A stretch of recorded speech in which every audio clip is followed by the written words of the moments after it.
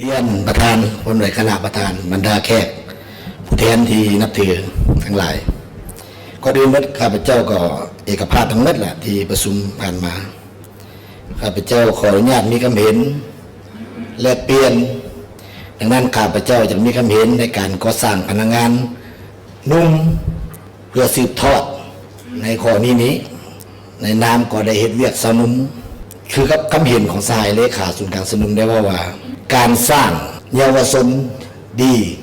ก็จะเห็นให้สาวนุ่มดีเมื่อสาวนุ่มดีก็จะเห็นให้ผู้ใหญ่ก็คือสังคมดี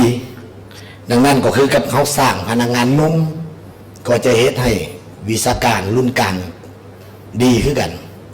และรุ่นกลางดีก็จะเห็นให้รุ่นพนักงานขั้นสืบทอดยุทธศาสตร์ขั้นอาวุโสก็ดีฉะนั้นข้าพเจ้าจึงเห็นว่าปัญหานี้มันมีความจำเป็นอันอื่นก็สิบ่ลงเลิกที่ขอลงเลิกมันว่าทุกคนที่ว่ามาเป็นรัฐกรจากเรียนจบแม่นล้วนแล้วแต่มีความรู้ความสามารถทางด้านวิชาเฉพาะ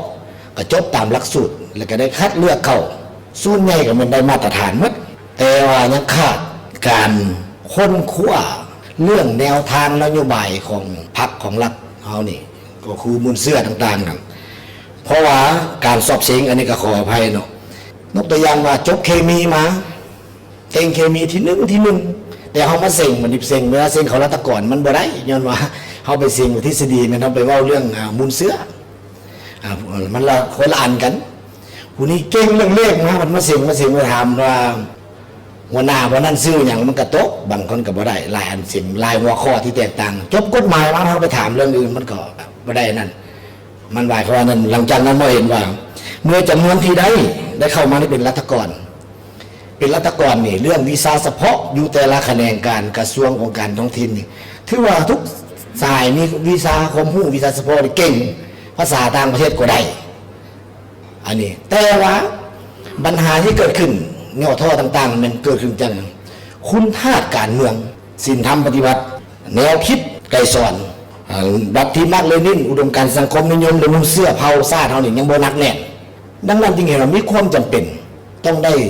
ยกระดับค้นคว้าศึกษาภูมิและแก่เฮ็ดให้ศึกษาค้นคว้าเฮียนเรื่องนี้ดังนั้นเห็นว่าวิธีมันเป็นว่าเมื่อมุนเสื้อเขามีมาแล้วมักผลแห่งการสำเร็จในการต่อสู้กุศลสมัยก่อนผู้นำมุนทำอิฐในนามเหตุก็มันจัดตั้งองค์การจัดตั้งมหาชนองค์การแนวโฮมอื่นคณะโฆษณาภูมิอันนี้มันได้เฮ็ดเวียกอันนี้มาคือว่าเป็นอาวุธที่แหลมคมของพรรคเขาได้เฮ็ดตลอดมาได้รับใจสนับและมาฮอดรายงานนี้การโฆษณาหรือว่าการก่อสร้างมูลเสื้อให้แก่คันแถวนุ่มนี่เขาจึงจะเฮ็ดแบบทฤษฎีไปเรื่อยๆนี่บางทีมันจะบ่ได้กินมันต้องติดพันกับตัวจริงการหันลงก่อสร้างกลางฐานและฝึกฝนหลอมดังนั้นข้าพเจ้าอย่างมีบางคำเห็นแยกเปลี่ยนบนมูลเสื้อตัวนี้แม้นว่าภายหลังแต่ละสหายจะมาเข้าเป็นรัฐกรมีวีซ่าเฉพาะแล้วให้เข้าอยู่ในองค์การจะตั้งมหาชนสกอนจาก2-3 ปีหรือ5 ปีเพื่อก่อสร้างทางด้านคุณธาตุการเมืองเรียกงานขบวนการศิลปะวรรณคดีต่างๆหันลงก่อสร้างทางฐานแต่ครับการฝึกฝนหลอมจากแปลวภัยวิทยาของสนุมตามมติกฎระเบียบของ11ของศูนย์กลางพรรคว่าถ้ามหาชนจะก้าวหน้าเขาเป็นสมาชิกพรรคประชาชนเราต้องผ่านขบวนการจากองค์การจะตั้งมหาชนโดยเฉพาะในนั้นเป็นสาวหนุ่มดังนั้นให้สาวหนุ่มเป็นผู้ก่อสร้างขยายมหาชนเข้าพรรคพร้อมด้วยองค์การพรรคชีร่วมกันดังนั้นจึงเห็นว่าขั้นว่าเป็นไปได้นกตัวอย่างให้โกต้าแก่เพราะว่าสาวนุ่มมีข้อกำหนดว่าอายุ45 ปีจะไม่ได้เป็นห้องเลขา50จะไม่ได้เป็นเลขาศูนย์กลางสนุมนกตัวอย่างแบบนี้เมื่อนั้นบรรดาคณะกลุ่มจำนวนหนึ่งหัวหน้ากลุ่มก็กายแล้วก็เลยมันคันบ่ได้ซับซ้อนออกกันกับที่ว่าจะไม่ได้เป็นดังนั้นที่ว่าพื้นโอกาสนี้ว่าถ้าได้ฝึกฝนหลอมอยู่ตัวนี้แล้วเห็นว่าผู้ใดพ้นเด่นเห็นมันซับซ้อนไปเฮ็ดเวียกอยู่แต่ละภาคส่วนนั้นเพราะว่าอยู่ศูนย์กลางสนุมกับบ่แม่นจบบ่มีให้จบวิชาสนุม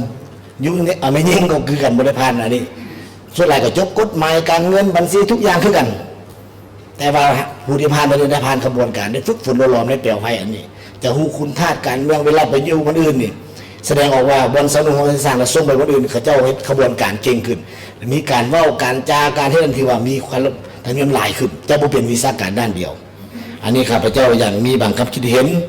โดยย่อแบบนั้นขอขอบใจ